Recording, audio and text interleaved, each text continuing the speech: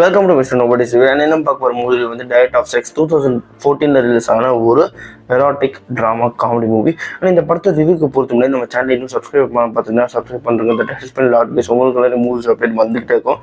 படத்தோட ரிவ்யூக்கு போகிறதுக்கு முன்னாடி இன்னொரு விஷயம் சொல்லிடுறேன். இது ஒரு பக்காவான 18+ மூவி.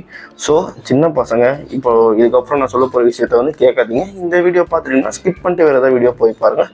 தேங்க்யூ. அண்ட் இந்த படத்தோட கதை எங்கே ஆரம்பிக்குது பார்த்தீங்கன்னா, ஒரு மேரிட் கப்பல் அகாட்டா மார்க் அப்படின்னு சொல்ல போகிற ஒரு கப்பல்ஸ் இருக்காங்க.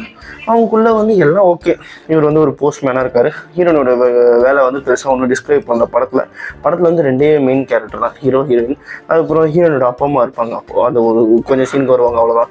இவங்க வந்து ஒரு மேரிட் ஆகிட்டு ஒரு நல்ல லைஃப் லீட் பண்ணிட்டு இருக்காங்க. பட் நம்ம ஹீரோயினுக்கு செக்ஷுவல் லைஃப்பில் செக்ஸை என்ஜாய் பண்ணிக்க முடியல. அது ஏன்னு சொல்லிட்டு அவங்களுக்கு தெரில.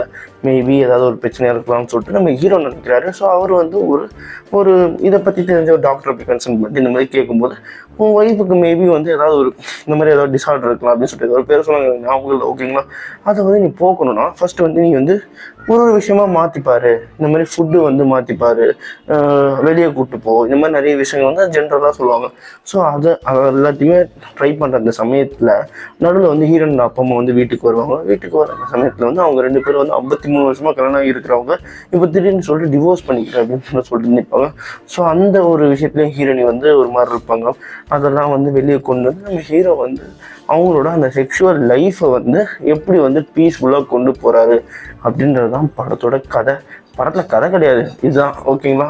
அண்டு நான் பார்த்த 18+ மூவியில் இந்த அளவுக்கு ஓப்பனாக 18+ சீன்ஸ் எந்த படத்துலையும் காட்டல.